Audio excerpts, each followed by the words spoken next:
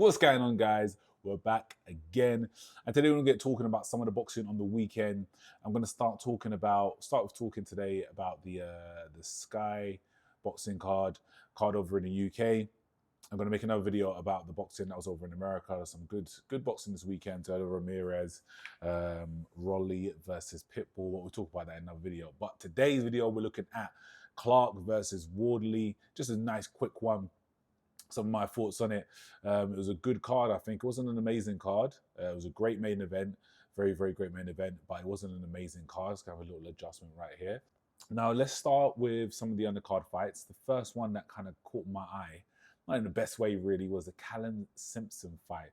That was a really bad mismatch in my eyes. I know he's quite early in his career, so it's quite, not super early, but you know, he hasn't really risen to, say, like higher levels just yet. So it's kind of okay to have him with lower tier competition. But that just seemed like a mismatch. The guy that he was in there with didn't seem like he was a very experienced professional, didn't know what he was doing. Yeah, it just didn't look very good at all. It just looked like he was beating up an amateur, or not an amateur, white collar guy, or not even a white collar guy, a recreational boxer. That's what it looked like. Just seemed like he had someone who could box a bit, but did not look like a professional boxer in there. Chin was lifted high when he's throwing punches, all sorts. We'll see what happens with Callum Simpson next. But I wasn't super impressed, you know, but we'll see. Next up, Ben Whittaker versus Leon Willings. Now, Ben Whittaker gets a lot of stick, and I don't believe all of it is justified. I understand what people are saying, you know, oh, he's doing it against journeymen, and why doesn't he do it against people high level? He hasn't got there yet. And how do you know if you can do those things unless you start doing it now? You need to practice it now. People are actually, for me, people are idiots.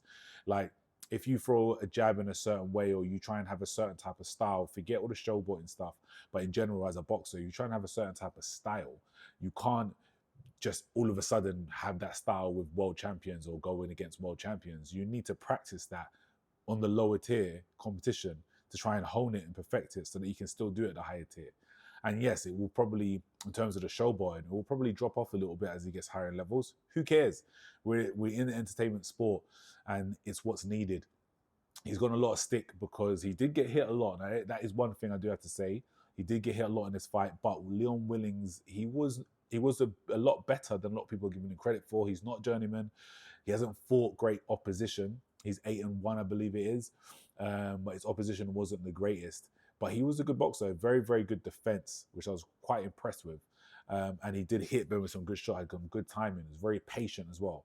What happens with a lot of people, when Ben gets to all his showboating and spinning and twirling and stuff, they get frustrated and they try and rush. They need to hit him. But Leon was very, very patient. He waited for the right timing and then caught Ben on off timings with a couple of uppercuts and a couple of hooks here and there. But Ben does have to be careful, because if he does get hit by a bigger puncher, yeah, it could be a little bit sticky. But we do need an entertainment in the sport, so leave the boy alone. That's my take on it. But talking about entertainment in the sport, Vidal Riley versus Lethal Lawal. Yeah, that's what I thought about it. I like Vidal, and I think he's a great boxer. He fought a great game plan. If you didn't see the fight, it was pretty lackluster. It was lacking action. It wasn't a bad boxing fight. It was good boxing from Vidal. Stay away from the power puncher. Box on the back foot, beating into the jab, being the faster puncher. With Lawal, he fought better than he fought Chamberlain, but it still just weren't good enough. He weren't quite fast enough. He didn't quite have the skill level that Vidal had. He couldn't work out how to cut off the ring as well. Vidal's an excellent mover. He's got great feet. So Vidal was moving quite a lot on the back foot, changing angles and constantly offsetting Lawal, like constantly not letting him set his feet to throw those power shots, which is a good game plan. Only thing is, it's not very entertaining. It is to like hardcore boxing, you know, purists and stuff like that. You can see the good stuff he's doing, but I think even the hardcore purists would have wanted Vidal to have a little bit more moments to hold his feet and, you know, show him what needs to happen. But I think it was a very smart, disciplined, and educated performance from Vidal, and maybe he's doing that to kind of set up the Isaac fight. and kind of put his name into the mix a little bit better. I do want to know what happens with Chev Clarke, because I believe Chev Clarke is the mandatory for Chamberlain. So we'll see what happens there. I would prefer to see maybe Vidal versus Chev. I don't know. I think that'll be a bit of a firefight, because Chev's a good boxer, but he has bad intentions and he wants to hurt you in there. He's not going to be running. So we'll see what happens there. The next fight on the card, Congo versus Marku. Yeah, again, it wasn't the best fight, but I'm happy for Congo. Yeah, like, it wasn't the most entertaining fight. Marku was just chasing and Congo was picking him off and outboxing him thoroughly. But because there was a lot of bad blood there, I did not expect to see anything different, but I thought there would have been a little bit more holding your feet and fighting on the inside. But it's still good to give Marku a good boxing lesson. I think it's time he's a little bit more humbled. I do like him. I did like him as a fighter, but everything between him and Marku, everything between him and Congo in the build-up, it started to get a little bit out of hand, especially with Marku's fans, and Marku didn't do anything to calm that and kind of, say like, yo, chill on that, because there's a lot of stuff that was happening with the fans talking a lot of kind of just not good things, let's just say that, in Congo's DM. So happy he got the W. I look forward to seeing him grow with Ben Davison, and hopefully have a little bit more spite and stuff as well, because I know in his personality he has that. So that's why I think I expect a little bit more of a rough and readiness with the boxing skill as well.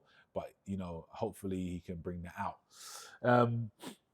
And that brings us on to our main event of the evening. Fabio Wardley versus Fraser Clarke. Oh, it was a scrap. It was a very, very good scrap. And I know there's some people jumping a little bit for me out the window and off the ledge, saying, it's the best British title fight. And I don't believe so. I mean, if I look further back into history, I believe I could find another one. But even in recent history, I think Anthony Joshua versus Dillian Whyte was a much better British title fight. It wasn't as back and forth, so it wasn't as close, but I don't know, the excitement level wasn't the same. And I think even the skill on show wasn't quite the same. The heart on show was there. Like, Fabio Wardley showed a lot of heart in that one and really ground it out. Ended in a draw. But yeah, I do feel like the Anthony Joshua and Dillian Whyte was a better fight. Personally, I think if you watch that back again, you'll see like it's night and day in terms of the skill or the speed, the power that's being shown. It's madness. And even the build-up, the bad blood that was there. Obviously, this one's been quite interesting, but the bad blood that was there, it was different. It was different at that time. I think it was a good fight, good scrap, really good scrap. Fraser held his shape really well. And in this one, you started to see kind of the inexperience of Wardley. Not inexperience, actually, because, the inexperience. You started to see some technical deficiencies here and there. Like, Wardley holds his head up his chin quite high. And he's quite low in, but his chin's high, and his elbows are really flared out when he's throwing shots, which has obviously worked for him. And I feel like it's been quite a good thing, because people think, you have to be completely tucked and da. But it shows that it's kind of worked for him. But when it started to get late in the rounds and the tiredness and the fatigue starts to set in, you start to see the technique slip, which starts to affect how he's throwing punches. So his jab, for instance, his elbow is so flared that when he was connected with the jab a little bit better in the mid rounds, the earlier mid rounds. Fraser Clarke was the better jabber, though. You could see that from the very get-go, Fraser's jab was landing very sharp, very, very efficient, because of how his elbows were tucked and where he's throwing from the shoulder completely. When Wardley started to get tired towards the mid to later rounds, that jab stopped connecting, which was a pretty interesting thing. I started to see he was trying to throw it, just wasn't getting out there because he was throwing from the elbow because it was flared. And he was getting caught a lot up the middle, which is what broke or damaged that nose. Now, I've seen someone, Sky have obviously jumped out the window and tried to be like, look at Wardley's face, but that damage was done. I believe it was, I don't think, maybe it was the Hugh Fury fight. Maybe it was the fight before that. Not Hugh Fury, Nathan Gorman fight. Or maybe it was the fight before that, where Fabio damaged his nose and it's never healed. And in all interviews, I've always noticed there's a little kind of bit of scar tissue. And, he really needs to do something about that, because, it's getting a bit peaked now. Now, me personally, I think that Wardley done enough to edge it. That's my personal opinion. I think Wardley done enough to edge it, because for me, it was a very, very close fight. I think Frazier was having really, really good success, early on. Wardley knocked him down in, I believe, the 5th round, and there was a lot of damage done to Wardley's nose. So, I know people could attribute that to Frazier, which he did really well to hurt him with. I think it was a double jab uppercut, that little sneaky little rear uppercut on the inside, I think is what started to do all the nasal damage. But with the point deduction, with the knockdowns, I think Wardley did enough to possibly edge it, but I think a draw is absolutely perfectly fine as well. I think for both of them, they need to run it back. I think that will be a good fight to run back. And I got to take my hats off to Frazier. I think he proved a lot of people wrong, including myself, to be honest. I kind of thought it was a foregone conclusion. I thought, yeah, Wardley's got this. He's going to knock him out like mid to late rounds, because Frazier hasn't really shone and impressed in the professional ranks. But he did well, man. He did really, really well, and he showed that he's got what it takes to beat at, for me, British, maybe European level. I don't see him going to world level. I think it's just miles apart, and that kind of, again, it kind of shows when you look at AJ versus Dillian Whyte as a British title fight in comparison to this one. Even though they both were kind of raw and lacking in skills, to me, the power, the speed from both of them, you could see that they were destined for world level, both of them. Obviously, AJ a lot more than Dillian, but still, I just don't feel like either of these, Wardley or Clarke, are going to go to like world championship status. I can't quite see it. Wardley, I think his ceiling will be European as well. I just think there's a lot of technical deficiencies in there, obviously from not having the amateur background, or, starting boxing so late. I think there's too many things to try and fix now, too many bad habits to drill out now. I think they're kind of ingrained in, which works for you or will work for him up until a certain level, and I believe that level is European. With Frazier, I just don't see it, man. Like, he did very, very well in this fight, but in terms of even the fitness levels, they're both very, very exhausted at the end. As much as it was a good scrap, I keep saying scrap rather than fight, because those later rounds, they both were absolutely exhausted, and technique started to kind of go out the window a little bit. I think if they want to do more good main events, they need to run that back again. And then probably, hopefully, pack out the undercard. Maybe the Chamberlain Vidal fight is there. Maybe if Shalom doesn't pull out, then it's the Chamberlain and Chev Clarke fight. We'll see. What did you think? What are your opinions on the card? Were you impressed? Where does Clarke go from here? Where does Wardley go from here? Please let me know. Like, share, subscribe. Of course, comment below. Peace.